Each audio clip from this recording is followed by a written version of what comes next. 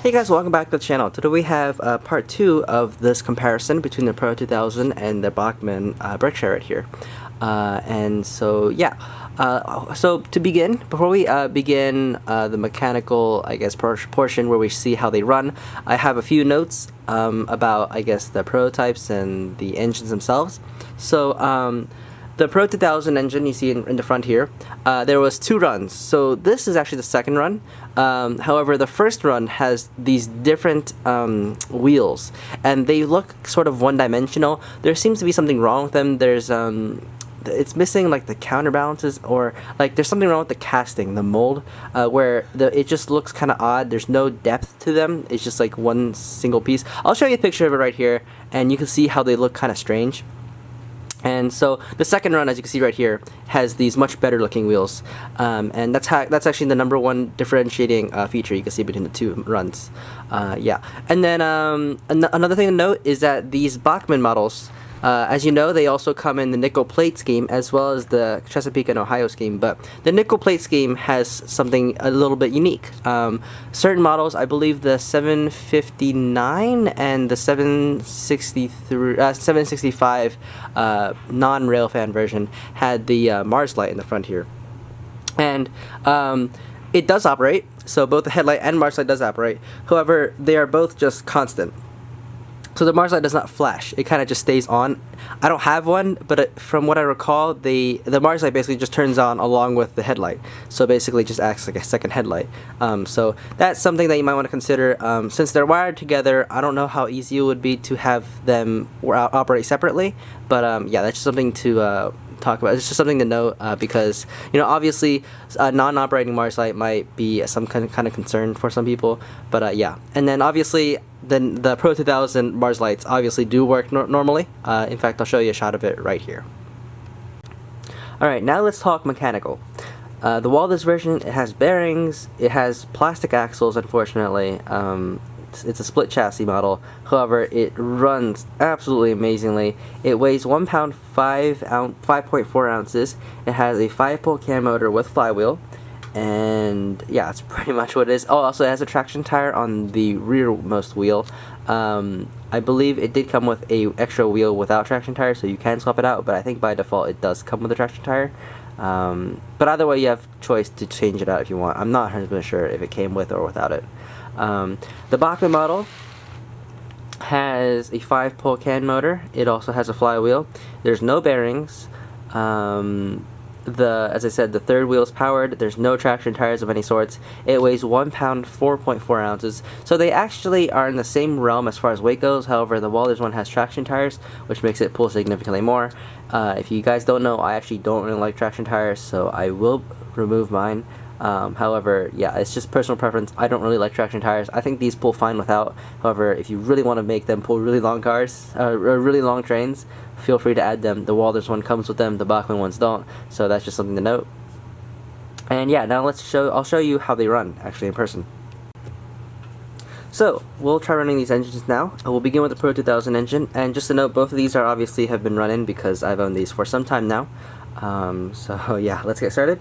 We'll put this thing on speed step 1. Now this thing does have a TCS decoder inside, because it came BCC ready. So, and I wanted to run this on this layout, so yeah, I added a TCS decoder. So I'm going to turn the sound off, but here's how it runs. Here's speed step 1. And you can barely tell it's moving, but it is. Here, let me zoom in actually.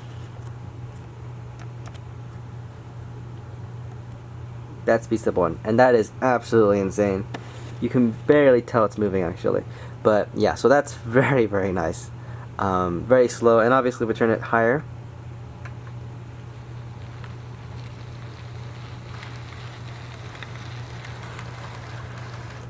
And we'll back it up.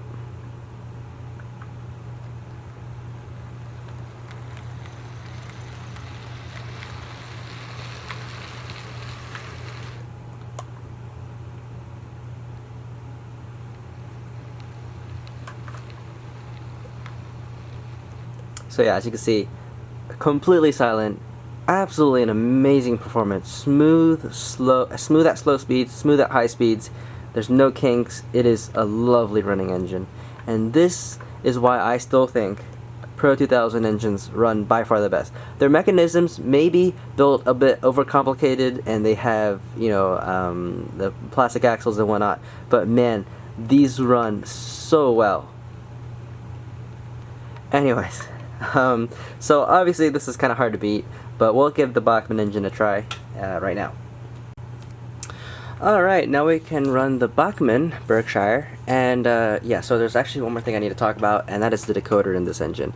Bachmann uses their own proprietary, very crappy BEM, like really old decoder, DCC decoders, and the issue with that is that it makes the motor noise insane. For some reason, it makes the motors hum much more than they should, and so what you'll hear is that there's a really loud motor hum that occurs between, I'd say, speed steps 1 and 20 for all their DCC onboard engines, and that will disappear as soon as you change the decoder out to literally anything else.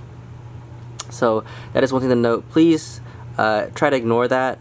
Well, unless if you're gonna get the DCC decoder ever equipped engine, then yeah, I guess you have to pay attention to that. But honestly, just buy like a $20 Digitrax decoder, or upgrade it to like a sound decoder. I believe the sound value on board version doesn't have this issue. It's only the DCC equipped version, so just be aware of that.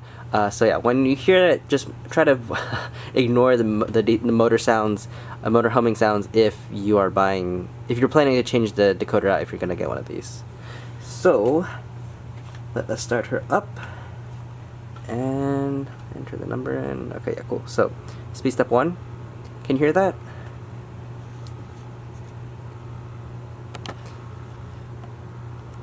You can see slow speed control is amazing also. Yeah, it's moving there. And then we can speed her up a little bit. So again, also very good slow speed control. I think honestly both of these engines have really good mechanisms. This one doesn't have bearings, and it's definitely a little more simpler. And I wouldn't say it's as good as the Pro 2000 version. However, it still runs very well. Definitely not to be ashamed if you have one of these. I mean, yeah, it's also very smooth, and besides the motor noise, is fairly silent.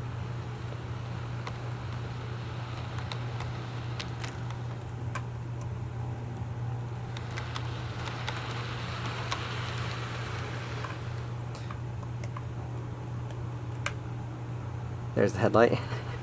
Yeah, it's very dim. That's one of the most disappointing things in my opinion. The headlight is just, it's so bad.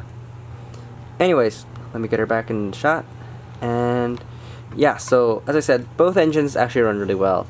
The Walthers one's, I think, a little more quieter, and it's definitely a little better. The decoder on this has to go. It's just that bad.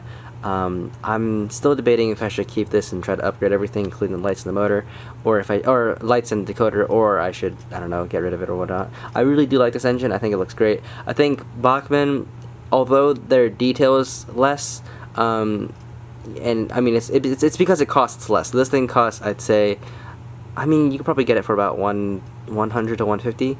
The Walthers Protos are obviously long discontinued. They charged, I think, like 200 or something, or almost 300 for that. And that's why, I mean, for like the amount of detail it has, the extra paintwork for like the boiler and stuff, now may not be prototypical, but I think it definitely makes it look a little more charming, if that makes any sense. I enjoy how Bachmann painted their engine. You know, they try to make the most of what they have, so yeah. Alright, so yeah, it's nearing the end of the video. Let's just have a run-by of this, and then we'll have a run-by with the Bachmann engine. We'll start with this. So as I said, we have TCS well sound in here. I think it sounds great. I'd say it's just as good as Pro Sound 3.0, but that's personal opinion. Anyways, let's start it up.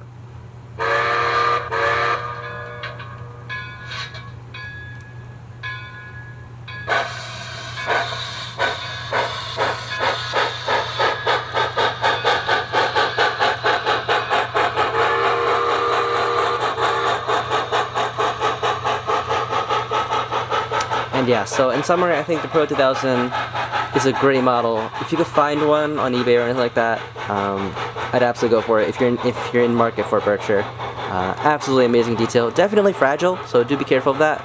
But overall, a very well-made engine. All right, let's move on to the Bachmann. All right, and the Bachmann Berkshire with its dim headlight, but it looks great. So let's get it started.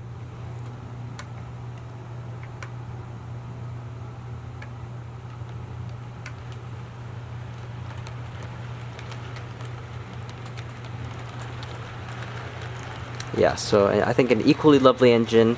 I think for the price, it is a great deal. I think they put detail where it counts. You know, like the handrails, those tend to break off. You know, so the fact that they put details where it actually really mattered is great. And I think overall, for the price and for, I guess, the budget, they definitely did away with a really great model. And I highly recommend it if you can find one again. But if you can't find one of these, I think it's a really good model. And yeah, so alright, and that's pretty much it for this video. Just some concluding thoughts, I guess, to wrap this entire video up. If you're a beginner and you want to look for a value model, a cheap model, but still also performs very well, the Bachmann one is definitely the way to go. It has a surprisingly amount of detail, especially considering it's a Bachmann model, and it looks great, honestly. The Pro 2000 model is definitely, I would say, the most detailed, borderline brass. In fact, actually maybe a little bit more detailed than brass engines. However, it is fragile. It does run great and everything like that, but you don't want to handle it roughly. Details will break. Those plastic parts are easy to break because they don't bend like metal does.